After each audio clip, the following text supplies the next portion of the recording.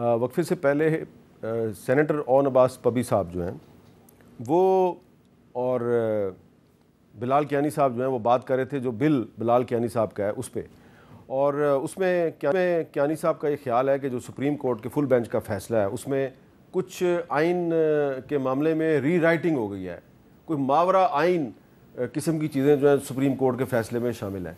اب اسی قسم کی باتیں جو ہیں یہ سپریم کورٹ کا ایک اور فیصلہ ہے، اس فیصلے کے بارے میں صرف پی ٹی آئی اور سنی اتحاد کونسل کے ایم این ایز نے بلکہ پاکستان پیپلز پارٹی کے ایم این ایز نے بھی یہ باتیں کرنی شروع کر دی ہیں، جو کہ بڑی الارمنگ ہے۔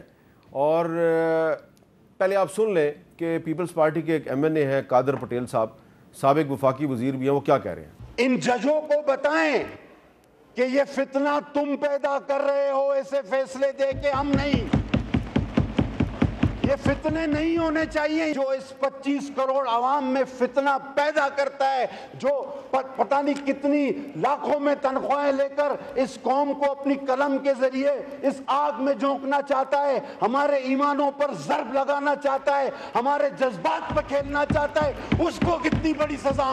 اور آرٹیکل کو اگر ری رائٹ کیا گیا تو کیا وہ آرٹیکل 6 کے زمرے میں آتا ہے یا نہیں آتا؟ اچھا، اب یہ جو تنقید ہو رہی ہے یہ وہ فیصلہ ہے جس کے نتیجے میں کچھ لوگوں نے ایک بہت ہی قابل مذمت قسم کا سٹیٹمنٹ دیا چیف جسٹس صاحب کے بارے میں، اور اس کی تو سارے ہی مذمت کر رہے ہیں، لیکن اس کے بارے میں صاحبزادہ حامد رضا صاحب جو ہیں انہوں نے فلور آف دی ہاؤس پہ کیا کہا۔ یہ جو آئین کو ری رائٹ کیا گیا ہے، قرآن و سنت کے احکامات کے خلاف فیصلہ دیا گیا ہے، شاعر اسلام کا مذاق اڑایا گیا ہے، قرآن پاک میں تحریف کی اجازت دی گئی ہے۔ یہ پاکستان میں نہیں ہو سکتا کہ کوئی ہمارے لاکھ سیاسی اختلافات ہوں گے، لیکن یہ نہیں ہو سکتا کہ کوئی آدمی اپنی مرضی سے 2 بندے بیٹھیں 3 بندے بیٹھیں اور وہ قرآن پاک میں تحریف کی اجازت دے دیں۔ کہ آپ ایک عمارت کی 4 دیواری کے اندر بیٹھیں گے اور پھر وہاں پر آپ جو مرضی تحریف قرآن کے اندر کر لیں؟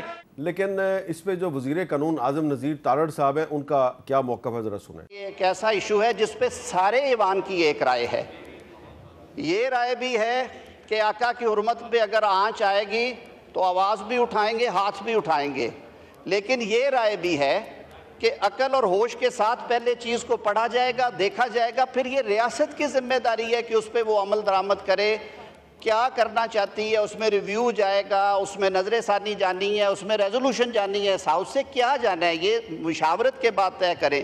لیکن ریاست پاکستان میں کسی شخص کو یہ حق نہیں دیا جا سکتا کہ وہ گھر بیٹھ کے یا مجمع میں کھڑا ہو کے قتل کے فتوے جاری کرے۔ قتل کا فتویٰ جس نے بھی جاری کیا وہ قابل مذمت ہے، کسی شہری کو یہ رائٹ نہیں ہے کہ وہ کسی دوسرے حکومتی شخصیت یا کسی بھی شہری کے بارے میں قتل کا فتویٰ دے دے کہ وہ اس کا سر کاٹ کے لاؤ، میرے سے اتنے پیسے لے لو، یہ تو ناقابل قبول اور ناقابل برداشت ہے۔ لیکن سپریم کورٹ کا جو فیصلہ ہے اس پر اگر پیپلز پارٹی اور پی ٹی آئی اور سنی اتحاد کونسل والے تنقید کر رہے ہیں تو بلال کیانی صاحب، اعظم نذیر تارڑ صاحب کی رائے کی روشنی میں مجھے کیا یہ سوال اٹھانا چاہیے کہ شاید یہ جو قرآن پاک میں تحریف کے ایشو پہ جو سپریم کورٹ کا فیصلہ آیا ہے اس پہ ہاؤس میں کنسنسس نہیں ہے اور اس پہ بھی حکومت جو ہے اس کو اس فیصلے پہ اپیل میں جائے گی؟ جی دیکھیے حامد میر صاحب، ایک تو کل میں فلور آف دا ہاؤس پہ موجود تھا جب یہ بات ہوئی۔ دیکھیے ایک نہایت حساس معاملہ ہے، چاہے ہم اس ٹاک شو پہ ہوں چاہے ہم فلور آف دا ہاؤس پہ ہوں، اس طرح کے معاملات کو جب آؤٹ آف کنٹرول ہوتے ہیں تو اس کی کاسٹ بہت ہائی ہوتی ہے، اور ہم اس ملک میں دیکھ چکے ہیں بدقسمتی سے، اس لیے ہمیں سب کو بہت ذمہ داری اور احتیاط کے ساتھ اپنے ایک لفظ بولنا چاہیے۔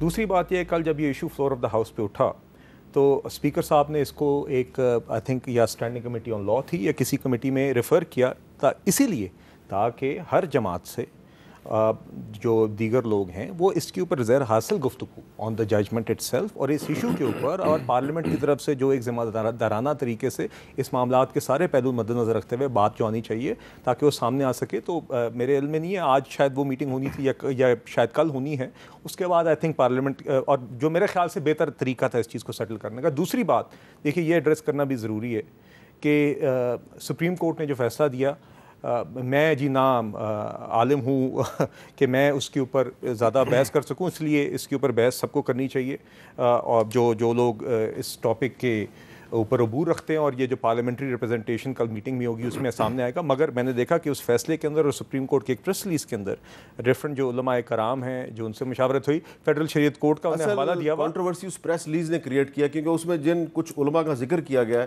وہ علماء کہہ رہے ہیں کہ بھائی ہم نے تو یہ بات ہی نہیں کی. جی تو جو بھی حقائق جی سامنے آ جائیں گے. اور دوسری بات یہ ہے کہ آئی تھنک یہ تو دس گوز وداؤٹ سیئنگ کہ کسی کو بھی حق نہیں ہے کہ وہ گھر بیٹھ کے کھڑے ہو کے کسی کے بھی قتل کا فتویٰ دے دے اور اس کے اوپر قیمت لگا دے, چاہے وہ چیف جسٹس ہو چاہے وہ کوئی عام شہری ہو. اس کی اجازت ہرگز نہیں دی جا سکتی. اس پہ تو کوئی کسی کا کوئی اختلاف نہیں ہے. لیکن اور نواز صاحب اس طرح کے جو معاملات ہیں, یعنی کہ اب سپریم کورٹ کا ایک فیصلہ جو ہے وہ بلال کیانی صاحب کو پسند نہیں ہے اور دوسرا فیصلہ صاحبزادہ حامد رضا صاحب کو پسند نہیں ہے. لیکن کیا اس قسم کے فیصلے کے نتیجے میں کوئی اس قسم کی سٹیٹمنٹ دی جانی چاہیے جس سے کہ قتل و غارت اور خون خرابے کا خدشہ ہو؟ ناٹ ایٹ آل سر, کسی بھی قیمت پہ ایسے. دیکھیں ریاست پاکستان کی ریاست میں 80 یا 90 کی دہائی آپ نے دیکھا جو کچھ پاکستان میں شیعہ سنی اور جو معاملات ہمارے چلتے رہے کہ بہت بڑی مشکل سے ہم سے نکلے. اب پچھلے دنوں جیسے بنو سے بات ہوئی, اب جیسے پارا چنار کا ایشو بار بار ڈسکس ہو رہا ہے.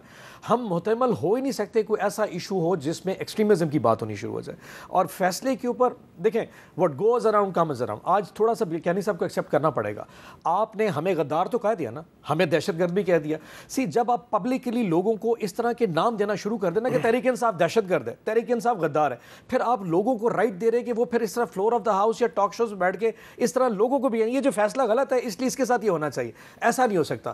ایوری بڈی ہیز ٹو, یعنی یہ کوشن کہیں نہ کہیں سب کو روکنا پڑے گا. حضور کی حرمت کے حوالے سے مطلب یہ تو کوئی نعوذ باللہ سوچ ہی نہیں سکتا کہ ایسے بات ہے. نہ کیانی صاحب نہ آپ, میں نے چیف جسٹس صاحب, کہیں کسی سے اگر کوئی بات ایسی ہو گئی ہے تو اس کو پیچھے بیٹھ کے بات کرنی چاہیے. اگر یہ اب قادر پٹیل صاحب نے جو سپیچ کی ہے انہوں نے سائٹ کیا, ٹھیک ہے, اس کو پھر علی محمد خان نے اپنی جگہ سے کاؤنٹر کیا, بڑا نیوٹرلائز کیا, پھر حامد رضا صاحب. سو گورنمنٹ خود بعض اوقات چیزوں کو انسائٹ کر رہی ہوتی وداؤٹ تھنکنگ کہ اس کے ریپرکشنز ایٹ دا اینڈ ذمہ داری ان کو لینی پڑے گی. لیکن ہم تو اپوزیشن ہے نا سر. اس کا بہترین طریقہ یہ نہیں ہے بلال صاحب کہ جو اسٹینڈنگ کمیٹی کو معاملہ ریفر کیا اسپیکر صاحب نے, اس اسٹینڈنگ کمیٹی میں ان تمام علماء کو بلایا جائے, ان کی بات کو سنا جائے جو کہ اس فیصلے پہ تنقید کر رہے ہیں, جن کا یہ خیال ہے کہ یہ فیصلہ جو ہے یہ قرآن اور حدیث کی روشنی میں درست نہیں ہے.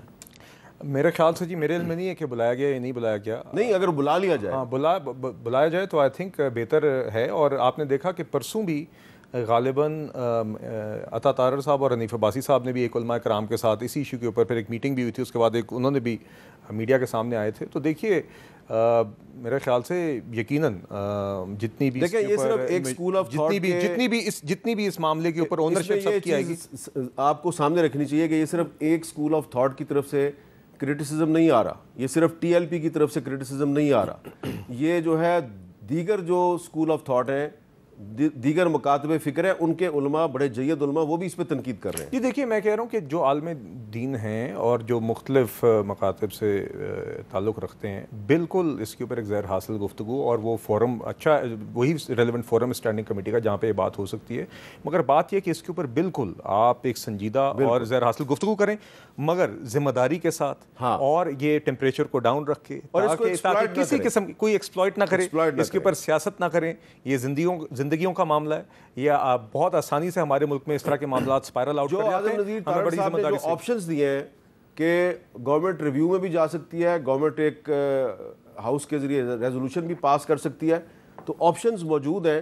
لیکن ہمیں یہ خیال رکھنا چاہیے کہ کوئی اس انسائٹمنٹ نہیں ہونی چاہیے. آئی تھنک کل کی میٹنگ کے بعد نا جی تھوڑا سا بہتر آئی تھنک ہمارے سامنے پکچر میرے خیال میں اس کو پالیٹکس سے تھوڑا ڈفرنٹ کریں. بالکل, یہ پارلیمنٹ کو چھوڑ کے اسلامی شریعت کورٹ ہے یا اسلامی ہماری سپریم کورٹ ہے, اس میں چلے جائیں, وہ ڈسکس کریں, جی دل میں اس میں بات کریں, اور اپنی اوپینین کی صورت میں گورنمنٹ جو کرنا چاہے.